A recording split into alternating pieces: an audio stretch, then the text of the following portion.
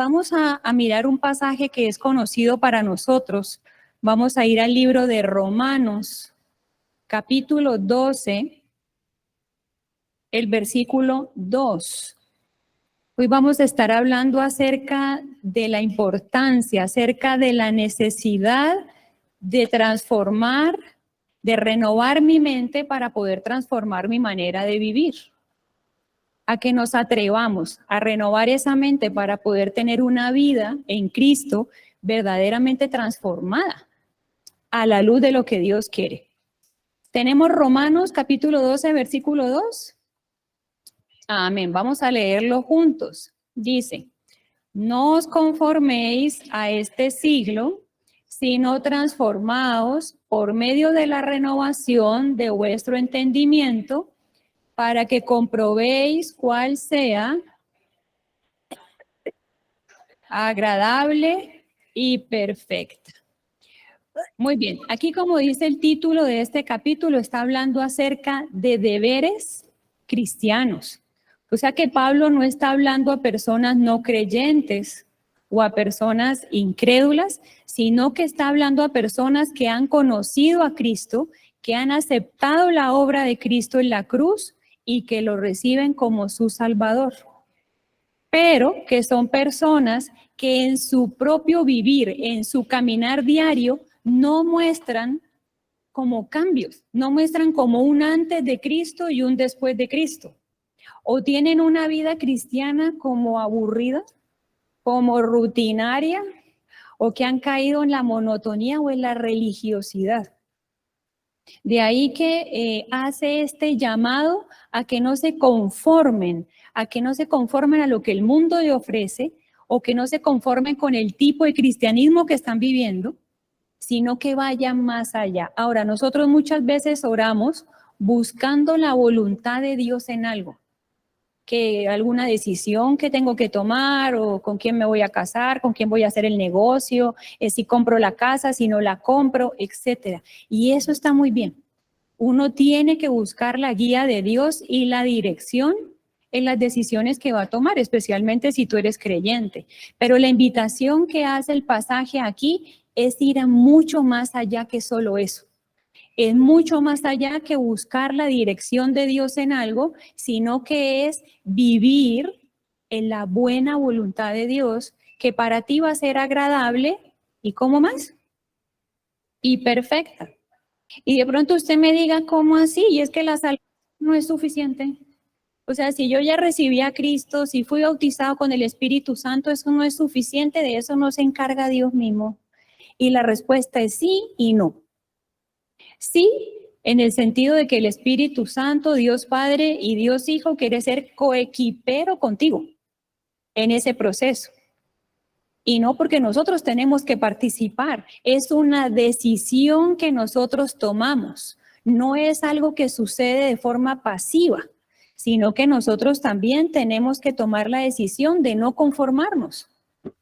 Si usted toma la decisión de conformarse, pues va a ser salvo, sí, pero no va a experimentar una vida transformada por el poder del Espíritu Santo que vive en ti. Y puedes tener una vida cristiana aburridísima. Dice aquí, no os conforméis a este mundo. Esto significa que lo opuesto de ser conformado es ser transformado. Si usted no quiere vivir de una manera conformista, pues necesita ser transformado. ¿Y qué tengo que hacer para ser transformado? Lo dice ahí el pasaje. Tengo que renovar mi entendimiento.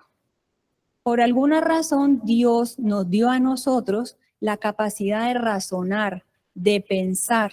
Y por eso dice el salmista, no seas como el mulo o el caballo sin entendimiento. Dios quiere que no solamente ser conocido, sino que también quiere ser entendido.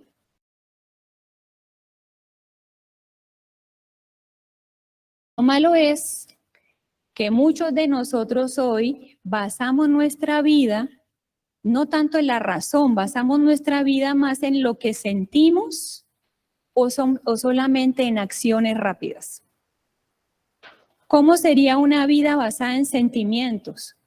La vida basada en sentimientos depende de con qué pie amanezco hoy. Entonces usted dice, ay no, hoy no siento ganas de orar. Hoy no siento ganas de ir a la iglesia. Hoy no siento ganas de amar a mi esposo. Hoy no siento ganas de amar a mi esposa. No me nace. ¿No se ha escuchado usted mismo diciendo eso? Es que no me nace hacer eso. Es que no me nace. ¿Y cómo me voy a poner a orar si no me nace? Pues Dios sabe que eso no está bien, entonces no lo hago. Y baso mi vida en sentimientos. Y los sentimientos no son malos, los sentimientos son muy importantes porque son los que nos dan empatía con la otra persona. Cuando tú ves el dolor del otro, cuando tú ves al otro pasando por algún sufrimiento, tus propios sentimientos te llevan a ser empático. Los sentimientos son importantes, pero no podemos basar nuestra vida en ellos. Ni tampoco podemos basar nuestra vida solamente en acciones, en hechos. Y pronto usted me puede decir, a mí no me venga con tanta sermón, con tanta prédica, dígame qué tengo que hacer. ¿Qué tengo que hacer para ser transformado? Paso 1, paso 2, paso 3. Entonces de pronto a usted le aparece Jesús aquí y Jesús te dice, vea, yo soy el camino, vamos a caminar juntos y tenemos que llegar allá hasta esa lucecita blanca. Y usted le dice, no. Así no es, váyame diciendo cuánto nos vamos a demorar de aquí a allá. ¿Cuántos pasos vamos a dar? ¿Cuántos meses vamos a caminar? Porque yo soy programado. Y así la sociedad también la vemos hoy en día. Uno le dice, no, baje de peso en una semana, aprenda inglés en un mes, haga esto en tanto tiempo. Y entre menos tiempo sea, más nos llama la atención. Porque no nos gustan los procesos, nos gustan las cosas rapidito, nos gusta anticipado, nos gusta saber qué va a pasar después. Pero por alguna razón, Dios, aunque Dios es un Dios de sucesos, Dios puede chasquear los dedos y hacer que las cosas sucedan. Si usted mira a lo largo de la Biblia, Dios ama los procesos. A Dios le gusta tomarse su tiempo. ¿Por qué? Porque Dios quiere renovar tu mente. Y nosotros para poder razonar, para poder entender, necesitamos tiempo. No sirve de nada solamente cambiar. Y por eso es muy curioso que aquí el Espíritu Santo use la palabra transformar y no use la palabra cambiar. No dice que tenemos que cambiar, sino transformar.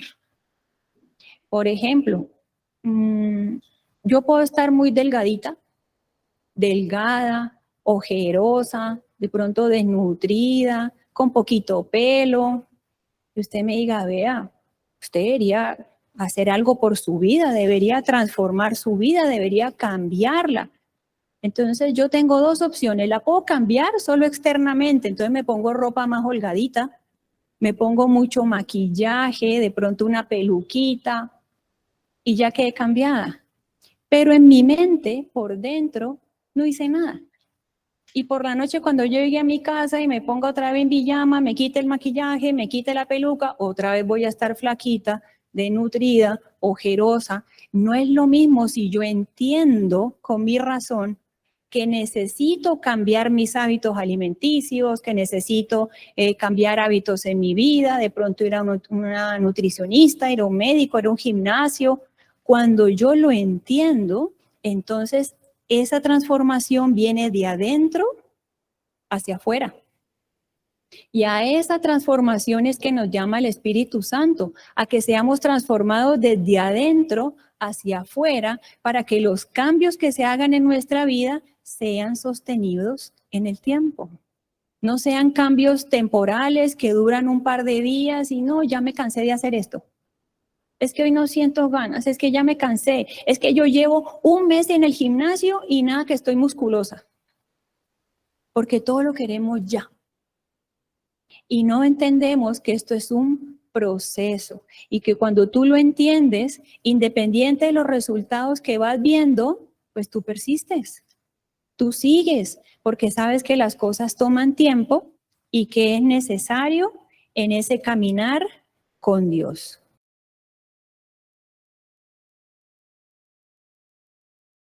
Ahora, ¿cómo podemos ser transformados para poder renovar nuestra mente y lograr esos cambios que Dios quiere sostenidos en el tiempo? La manera de hacerlo es a través de la palabra, a través de su palabra. La palabra es la que nos transforma, es la que nos renueva, es la que nos despoja de ese viejo hombre. La Biblia dice en Efesios 4:22, en cuanto a la pasada manera de vivir, despojaos del viejo hombre que está viciado, dice, viciado conforme a deseos engañosos. O sea que cuando nosotros venimos a la palabra de Dios, el propósito de Dios no es señalarnos. Es que mire lo que usted hace, pero mire lo que usted dice, pero mire cómo usted es, pero mire, ay, no, qué porquería, usted lleno de vicios, de malicia, inmundicia. No se trata de eso. Se trata de que tú vengas a la palabra y la palabra misma empiece a limpiar tu vida, empiece a renovar tu manera de pensar, a quitar de ti esas taras con las que llegamos a la palabra, esos patrones con los que venimos repetitivos desde nuestra infancia hasta que llegamos a Cristo, a que rompamos cosas en nuestra vida y podamos implementar unas nuevas que sean de bendición para nuestra vida y para los que están alrededor nuestro. Busquemos ahí un momentico, Primera de Tesalonicenses capítulo 2. Primera de Tesalonicenses capítulo 2, versículo 13. Primera de Tesalonicenses, capítulo 2, versículo 13. En este libro, la iglesia de Tesalónica siempre fue muy felicitada. Fue una iglesia muy felicitada por Pablo. Primera de Tesalonicenses, capítulo 2, versículo 13. 13, 1, 2. Fue muy felicitada y vamos a ver por qué. Dice, por lo cual también nosotros, sin cesar, damos gracias a Dios de que cuando recibisteis, ¿qué recibisteis? La palabra de Dios que oísteis de nosotros, la recibiste no como palabra de hombre, sino que cada vez que tú y yo venimos a la palabra de Dios, es como que nos sentáramos a tomar tinto con el Espíritu Santo, es conversar con Él. Y esa palabra entra a tu vida y te va transformando, incluso sin que tú y yo nos demos cuenta. Tiene tanto poder, la Biblia dice que la palabra de Dios es viva, es eficaz, es poderosa. Es como una espada de doble filo que llega hasta los tuétanos, hasta la parte interna de los huesos. Cada vez que tú le das palabra de Dios a otra persona, eso es como un espadazo de doble filo y tú dirás, ay, pero ni le importó. Sí le llegó. Así esa persona pareciera que nada pasó, sí le llegó. Cuando tú vienes a la palabra, también te llega a ti, porque la Biblia dice que la palabra que es de Dios actúa en vosotros los creyentes. Pero ahí hay un detallito. Dice allí, la recibiste no como palabra de hombres. O sea que cuando tú vienes a la palabra, tienes que creer que la Biblia no tiene la palabra de Dios. La Biblia es la palabra de Dios. No es que esto fue escrito por hombres. Sí, fue escrito por hombres, pero esos hombres fueron inspirados por el Espíritu Santo y fue necesario que le escribieran hombres porque si no nosotros no la íbamos a entender. En otro lenguaje no la hubiéramos podido entender. Era necesario que fuera así. Pero cuando tú vienes a la palabra, tienes que creer que esa palabra es la palabra de Dios. Cuando tú te acercas a ella creyendo eso y que Dios mismo el que te va a hablar a ti, esa palabra tiene poder para actuar en tu vida y a través de tu vida.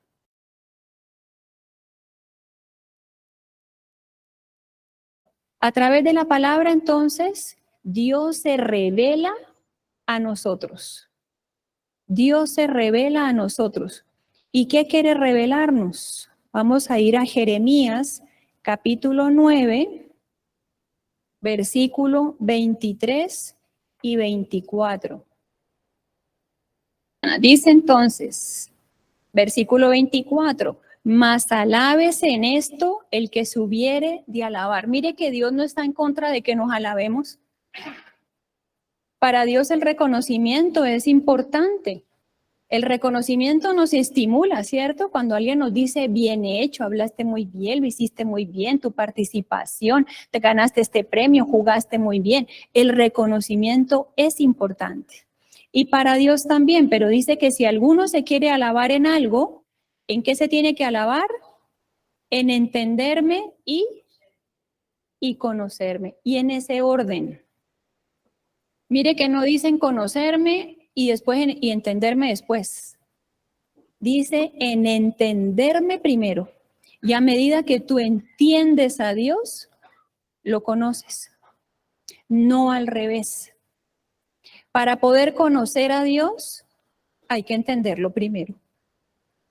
No al revés. A veces nosotros queremos conocer a Dios solamente, pero Dios dice que para poder ser conocido, primero tiene que ser entendido. Y para eso nos dio a nosotros la capacidad de razonar y de entender.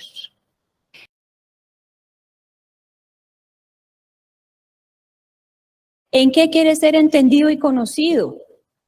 Primero, dice allí, que yo soy Jehová.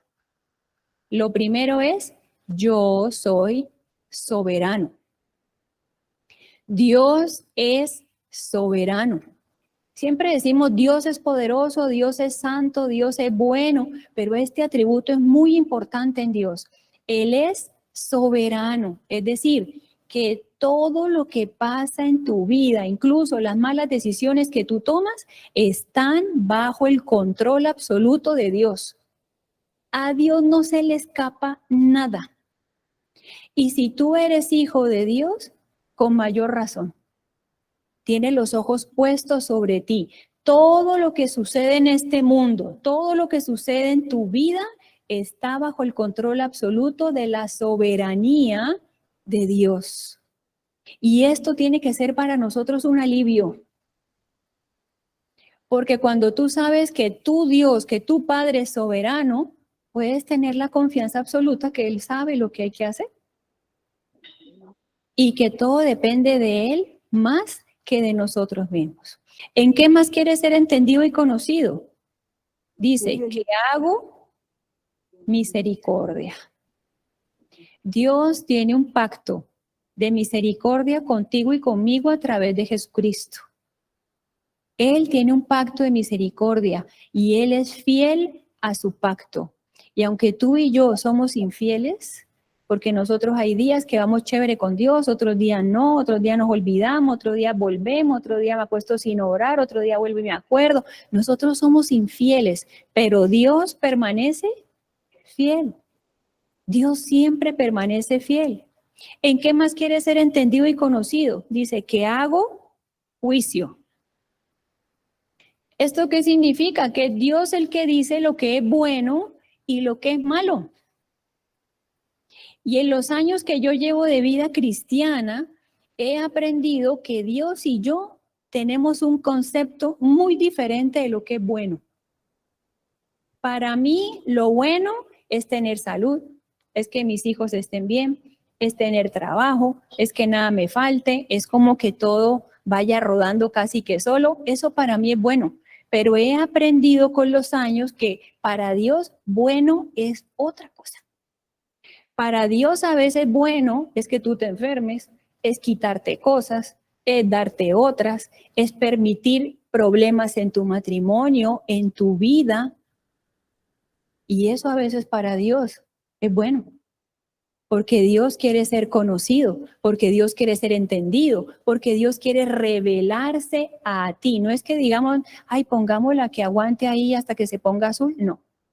Sino que es, Dios quiere revelarse a ti a través de cada circunstancia de tu vida. Por eso a veces decimos, no, es que Dios no es tan bueno. Muy seguramente es porque usted lo está comparando con el concepto que tú tienes de bueno. Y si tú vas a la Biblia, te vas a dar cuenta que Dios tiene un concepto distinto.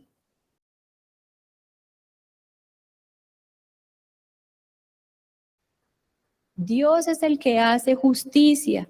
Nosotros no tenemos que hacerla. Dios hace justicia por ti y hace obras de justicia por ti, que es cuando a través de Jesús en tu vida, Él se glorifica en ti y a través de ti.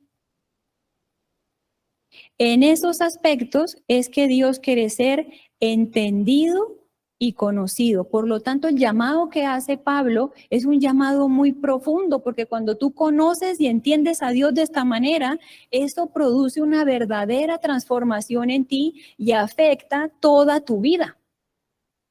Afecta la forma en que amas, afecta la forma en que perdonas, afecta la forma en que ves a tu cónyuge, afecta la forma en que ves a tus compañeros de trabajo, a ese jefe tan difícil, afecta toda tu vida, porque tú empiezas a mirar el mundo a través de los ojos de Cristo y ya no solo a través de tus propios ojos. Empiezas a tener una perspectiva del mundo totalmente diferente. Y te das cuenta que cuando Jesús dice, yo soy el camino, Él en ese caminar contigo va delante de ti, de la mano contigo y detrás de ti.